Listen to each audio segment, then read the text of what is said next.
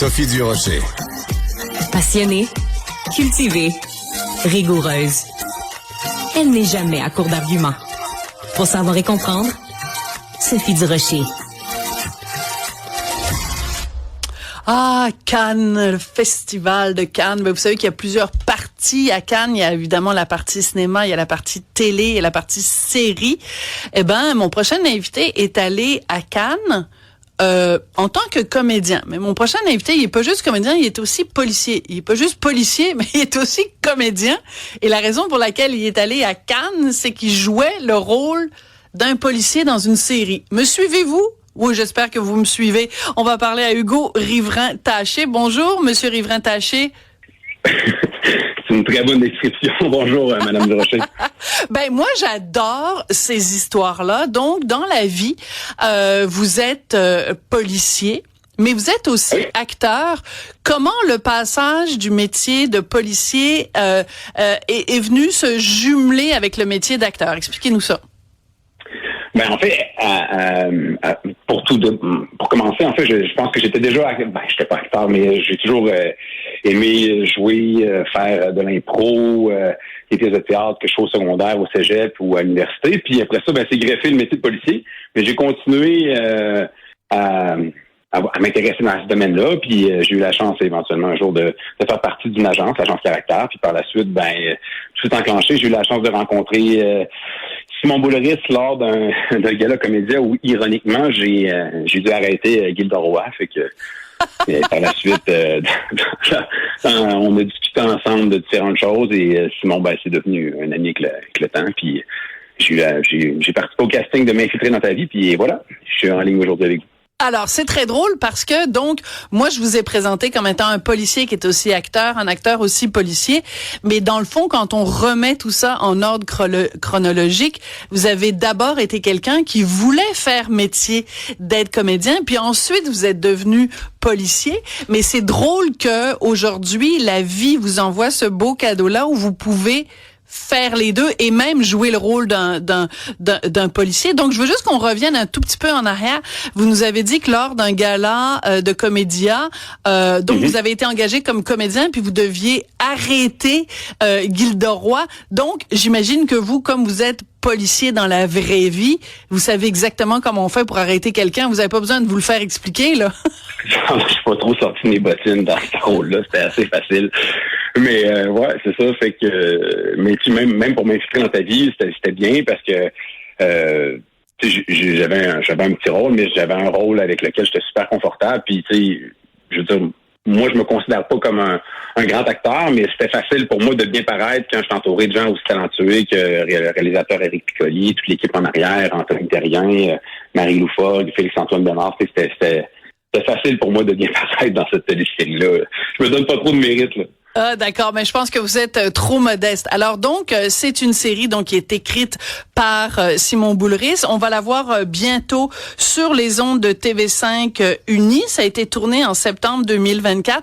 Donc, je vais demander à mon collègue Jean-Philippe Lheureux de nous faire jouer un petit extrait de la bande-annonce où on vous voit un petit peu dans votre rôle de policier qui infiltre une école secondaire.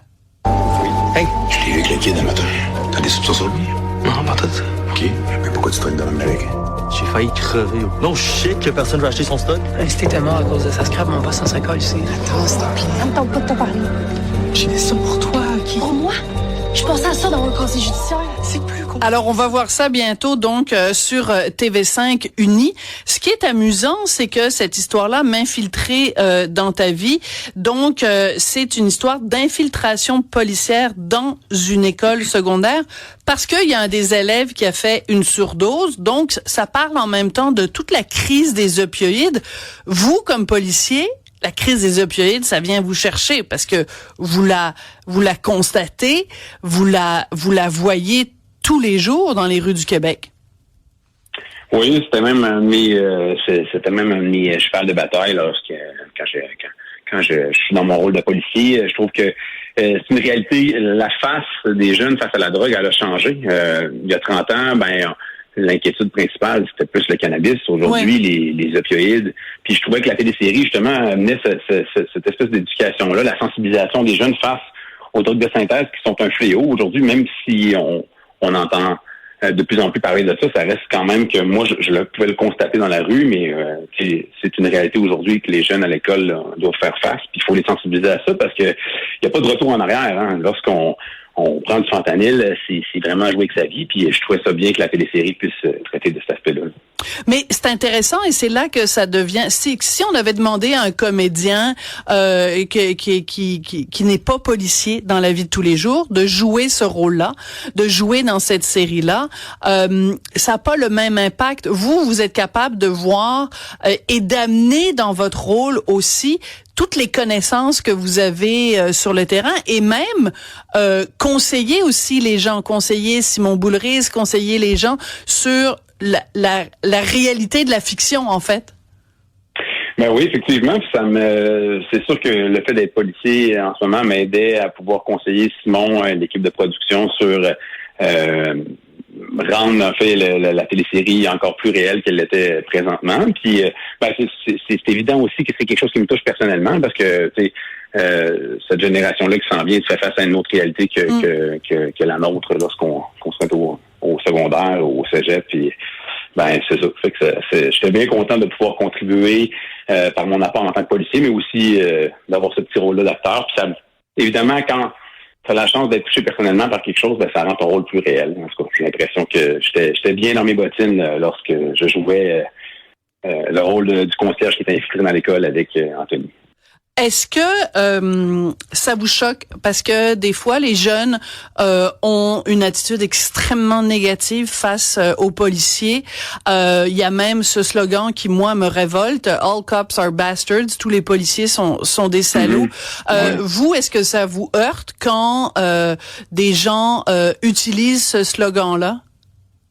Ben oui, vraiment, parce que je trouve que c'est un métier qui est super noble, qui est un peu mal dépeint au Québec, malheureusement, hein, parce qu'il y a beaucoup de filles, d'hommes qui, à tous les jours, travaillent jour, soir, nuit pour rendre notre société plus parfaite.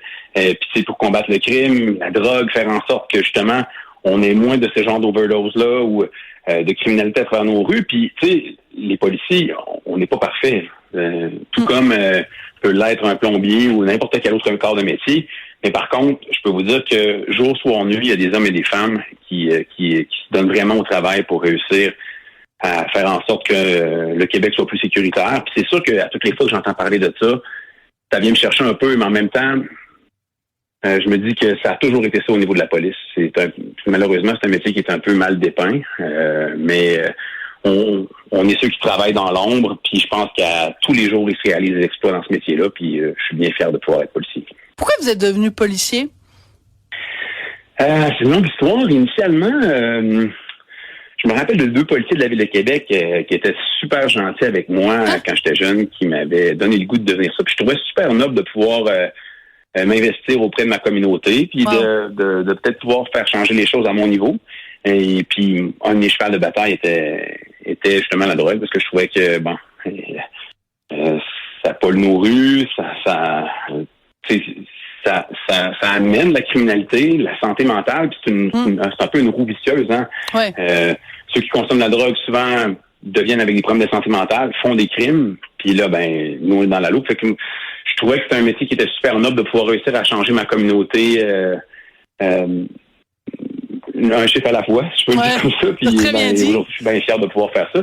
Puis en plus de ça, regardez, ça m'a amené cette porte-là aujourd'hui de pouvoir combiner et mon rôle d'acteur et celui de policier. Fait que absolument. Et je vais vous raconter une petite anecdote, mais je la raconte régulièrement ici à la radio.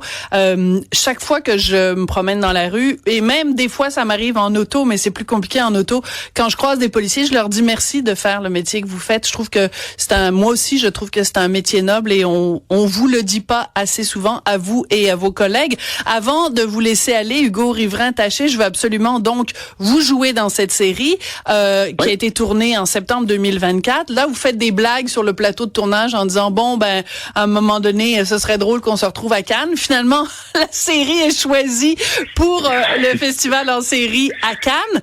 Vous avez donc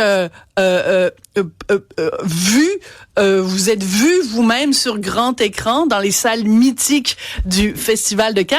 Ça a dû vous faire un petit velours. Ça faisait comment? Ben oui, c'était.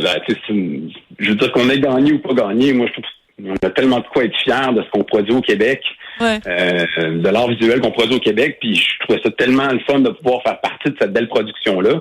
Puis à la blague, lorsqu'Éric Piccoli disait ça souvent à la fin de certains moments ou de journée de tournage, puis il disait à la blague, on s'en va à Cannes, on riait tous ensemble. Puis un jour, Éric m'a écrit en me disant, écoute, c'est pas des blagues, on va vraiment à Cannes. Fait que j'étais vraiment, vraiment, vraiment choyé de pouvoir être là en compagnie de toute cette équipe-là talentueuse qui fait en sorte qu'aujourd'hui, je suis avec vous, Madame Durocher. Puis, absolument. Je suis vraiment reconnaissant de ça. Ouais. Et donc, vous êtes un policier de Québec, sans préciser quel corps policier vous appartenez. Ça vous appartient. Mais par contre, moi, je veux savoir vos collègues, comment ils ont réagi. Est-ce qu'ils vous ont taquiné en disant, coudon, Hugo était allé signer des autographes à Cannes? Comment on perçoit ça? Vos collègues policiers, ils perçoivent comment votre carrière de comédien et votre présence à Cannes? Ça fait longtemps que je me fais taquiner par mes collègues de travail. Ils m'avaient vu dans différentes publicités avant Cannes, fait que je me faisais déjà taquiner à l'époque. Fait que non, je pense qu'ils prennent ça quand même avec fierté. Je suis très fier aussi, puis c'est pas quelque chose que je me cache. Mais même si je voulais me cacher, ce serait impossible. Puis non, je suis content. Je suis vraiment content de pouvoir diversifier mes talents. Je sais pas à quel point je suis un bon policier, mais en tout cas, je fais mon possible. Puis pour ce qui est d'acteur, j'ai la chance de côtoyer des acteurs formidables et que j'apprends beaucoup à toutes les fois que j'ai la chance d'être sur un plateau de tournage en compagnie d'eux. C'est absolument charmant. Moi, j'adore cette histoire-là.